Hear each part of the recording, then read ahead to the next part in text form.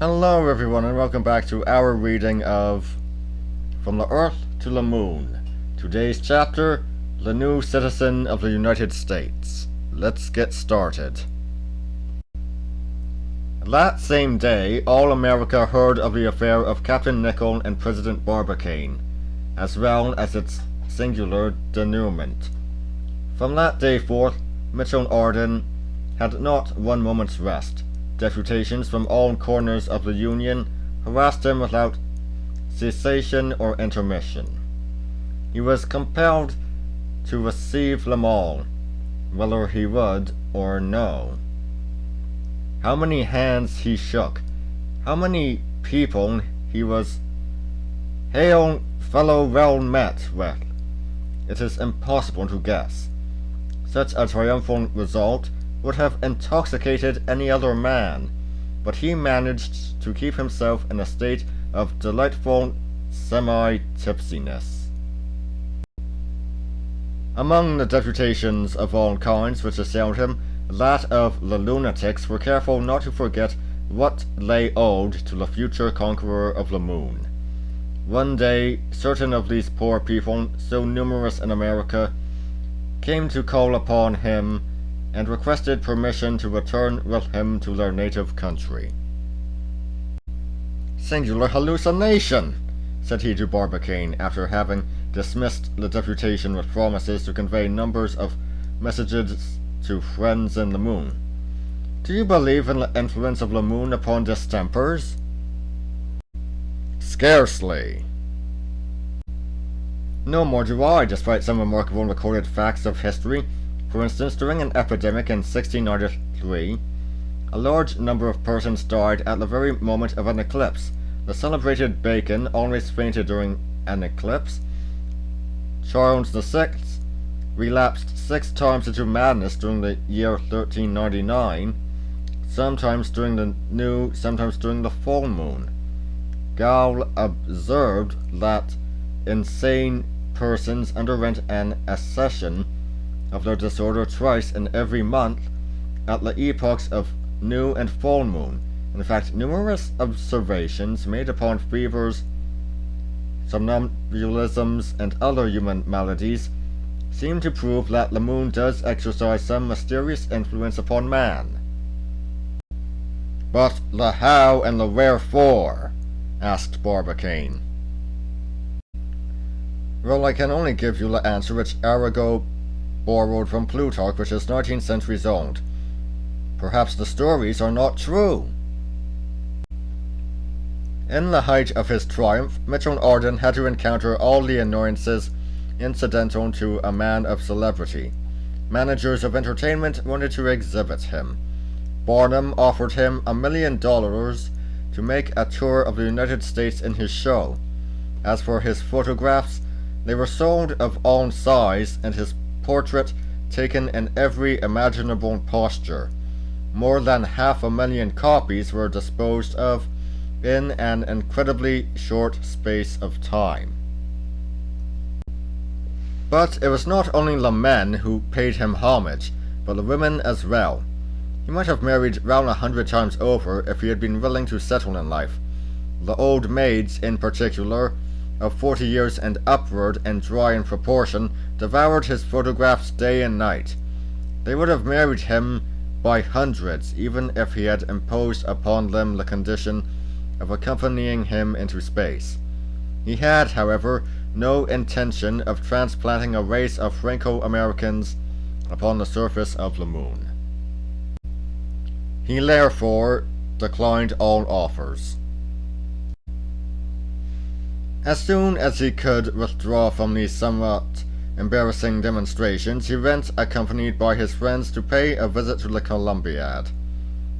He was hardly gratified by his inspection, and made the descent to the bottom of the tube of this gigantic machine, which was presently to launch him to the regions of the moon. It is necessary here to mention a proposal of J.T. Maston's. When the secretary of the Gun Club found that Barbicane and Nichol accepted the proposal of Michel Ardan, he determined to join them and make one of a smug party of 4. So one day he determined to be admitted as one of the travellers. Barbicane, pained at having to refuse him, gave him clearly to understand that the projectile could not possibly contain so many passengers. Maston, in despair, went in search of Michel Ardan, who counselled him to resign himself to the situation, adding 1 or 2 arguments ad hominem. "You see, old fellow," he said, "you must not take what I say in bad part, but really between ourselves, you are in too incomplete a condition to appear in the moon." "Incomplete!" shrieked the valiant invalid. "Yes, my dear fellow. Imagine our meeting some of the inhabitants up there. Would you like to give them such a melancholy notion of what goes on down here, to teach them what war is, to inform them that we employ our time chiefly in devouring each other and smashing arms and legs, and that too on a globe which is capable of supporting 100 billions of inhabitants, and which actually does contain nearly 200 millions? Why, my worldly friend, we should have to turn you out of doors." "But still, if you arrive there in pieces, you will be as incomplete as I am."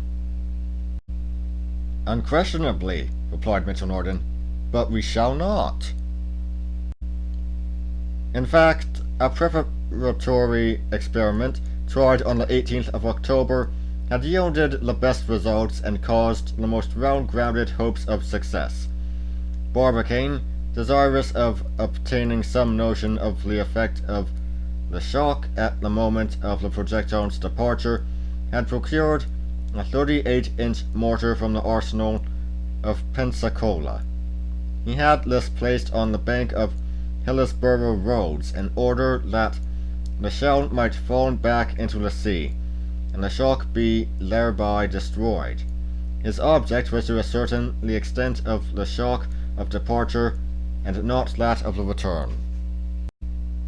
A hollow projectile had been prepared for this curious experiment.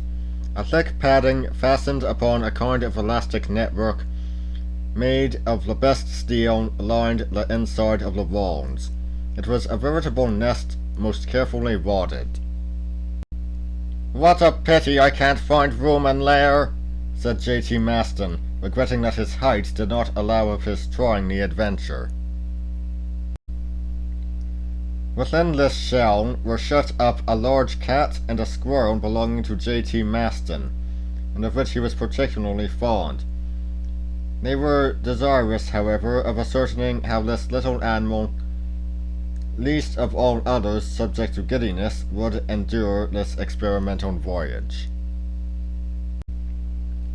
The mortar was charged with 160 pounds of powder, and the shell placed in the chamber. On being fired, the projectile rose with great velocity, described a majestic parabola, attained a height of about 1,000 feet, and with a graceful curve descended in the midst of the vessels that lay there at anchor. Without a moment's loss of time, a small boat put off in the direction of its fall. Some divers plunged into the water and attached ropes to the handles of the shell, which was quickly dragged on board. 5 minutes did not elapse between the moment of enclosing the animals and that of unscrewing the cover lid of their prison. Ardan, Barbicane, Maston, and Nicholl were present on board the boat, and assisted at the operation with an interest which may readily be comprehended. Hardly had the shell been opened when the cat leaped out, slightly bruised but full of life, and exhibiting no signs whatever of having made an aerial expedition. No trace, however, of the squirrel could be discovered. The truth at last became apparent. The cat had eaten its fellow traveller.